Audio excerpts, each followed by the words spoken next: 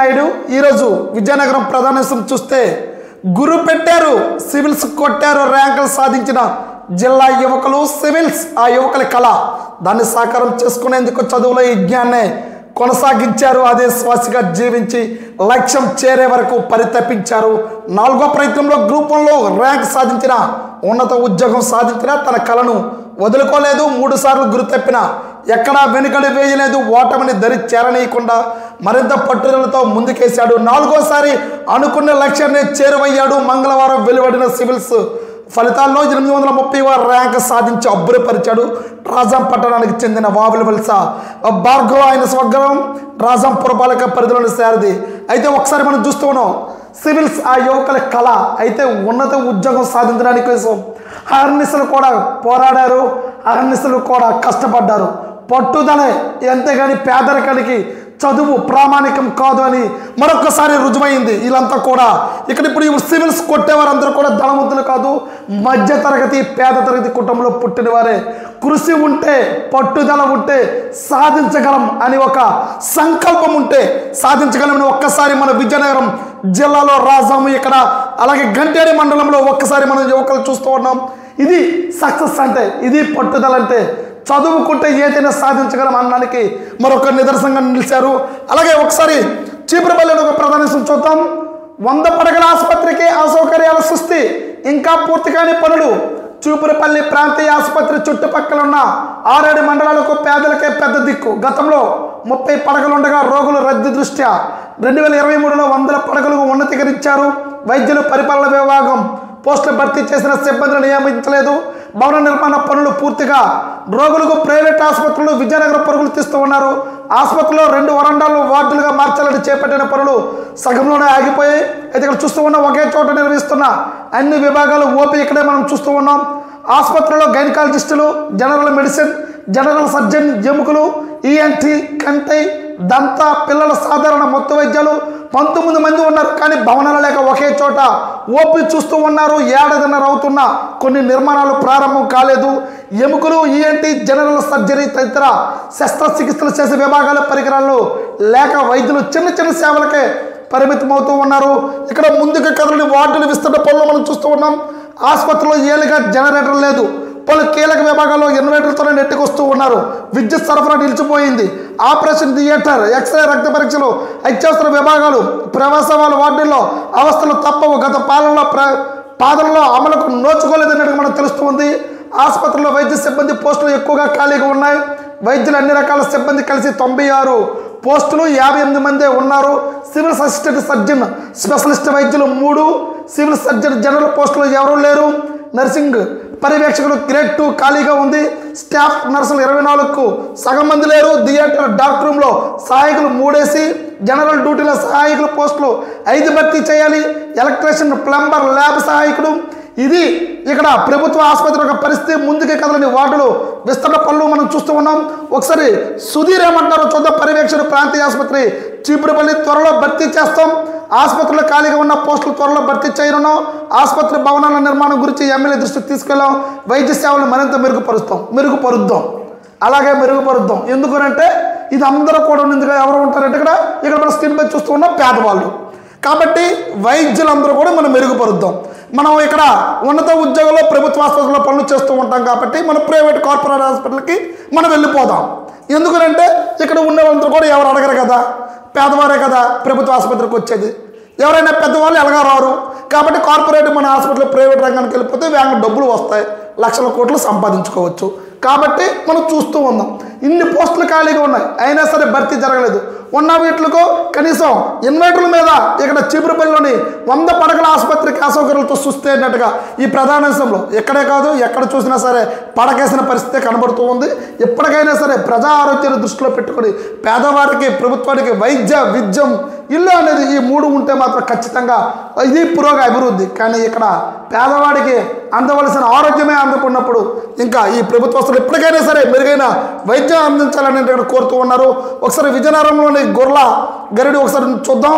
ఉత్తరాంధ్రకు జలసత్వం, ప్రాజెక్టులకు జలసత్వం అంటూ మంత్రి రామానాయుడు కూటమి పాలనలో ఉత్తరాంధ్ర ప్రగతికి జలసత్వాలు తీసుకొచ్చి ప్రాజెక్టులు జలసత్వం తెస్తామని రాష్ట్ర జలవనరుల శాఖ మంత్రి నిమ్మల రామానాయుడు పేర్కొన్నారు. తారక రామ తీర్థసాగర్ను మంగళవారం పరిశీలించారు. నిర్వహణ లేక తలుపులు తుప్పుపడుతున్నాయని, మరమ్మతులు చేసి రంగులు వేయాలన్నారు. 90% పనులు పూర్తయి బ్యారేజీని గత ప్రభుత్వం వదిలేసింది. ఆర్ఎండ్ఆర్ ప్యాకేజీని 175 కోట్లు చెల్లించాల్సి ఉందన్నారు. విజయనగరం పట్టణానికి భోగాపురం విమానాశ్రయం నీరు అందడంలో ప్రాజెక్టు కీలకమన్నారు. మల్లింపు కెనాల్ 60%, సొరంగం పనులు 20% పూర్తయినట్లు చెప్పారు. 2.7 టీఎంసీల నీటి నిల్వ సామర్థ్యం ఉన్న మట్టిగట్టు 60% జరిగినట్లుగా చెప్తూ ఉన్నారు. తారక రామ ప్రాజెక్టు పరిశీలిస్తున్న మంత్రి అలాగే ఎమ్మెల్యేలు కూడా ఉన్నారు. విజయనగరం శ్రీకాకుళం జిల్లాలో పెండింగ్లో ఉన్న ప్రాజెక్టుల పనులు పూర్తిగా ప్రణాళికలు రూపొందించినట్లుగా మంత్రి తెలిపారు. తారక రామ తీర్థసాగర్ ప్రాజెక్టు పూర్తి చేసేందుకు 807 కోట్లు అవసరమని అంచనా వేశామని, జాప్యమైతే వ్యయం మరింత పెరుగుతూ ఉందన్నారు. జలవనరుల శాఖకు సుమారు 18,000 కోట్ల బకాయిలు ఉన్నాయి. తారక రామ ప్రాజెక్టు కోసం మాజీ మంత్రి పెద్దివాడ నారాయణ స్వామి కృషి చేసిన కొనియాడారన్నట్టు మనకు తెలుస్తూ ఉంది. వేగంగా చేపట్టాలి.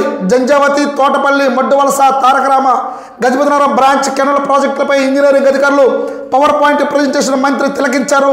నదులు అనుసంధానం దృష్టిలో పెట్టుకుని ముఖ్యమంత్రితో చర్చిస్తామన్నారు. తారకరామ డైవర్షన్ కెనాల్ పనులు వచ్చే ఏడాది జూన్ నాటికి పూర్తి చేస్తామని నిర్మాణ సంస్థ చెప్పగా అంత సమయం ఎందుకని వేగంగా చేయాలన్నారు.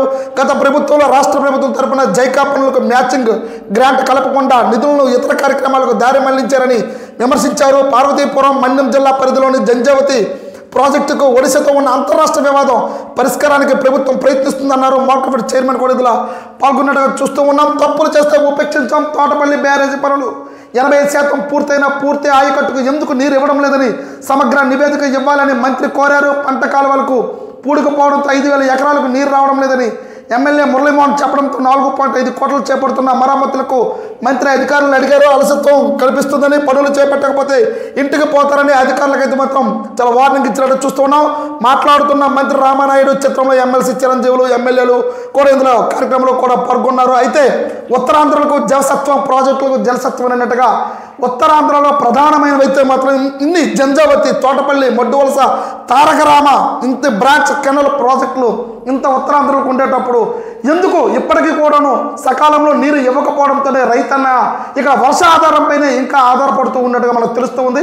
ఎప్పటికైనా సరే రైతుకి కావాల్సింది లక్షల వేల కోట్ల రూపాయలు మీ సంక్షేమ పథకాలు కాదు. ఇక్కడ మాకు నీరు ఇస్తే సస్యశ్యామలంగా పంట పండించే మాకు వలసలాగుతాయి. ఇక్కడ కష్టపడే తత్వం మాలో ఉంది కాబట్టి మాకు నీరు ఇవ్వండి బాబు అని ఇక్కడ ప్రజలు వాపోతున్నట్టుగా మనం చూస్తూ ఉన్నాం. అలాగే మరొక విజయనగరంలో ప్రధాన విద్యా విభాగం చూద్దాం. పరీక్ష రాయనున్న 8,083 మంది అభ్యర్థులు 23 కేంద్రాల్లో పాలేసిట్ జిల్లాలో ఈ నెల 30 నిర్వహించనున్న పాలేసిట్ 2025 ప్రవేశ పరీక్షకు యంత్రాంగం ఏర్పాట్లు పూర్తి చేసింది. విజయనగరంతో పాటు బొబ్బిలి, గజపతినగరం కేంద్రాలు సిద్ధం చేశారు. 23 చోట్ల 8,083 మంది అభ్యర్థులు రాయనున్నారు.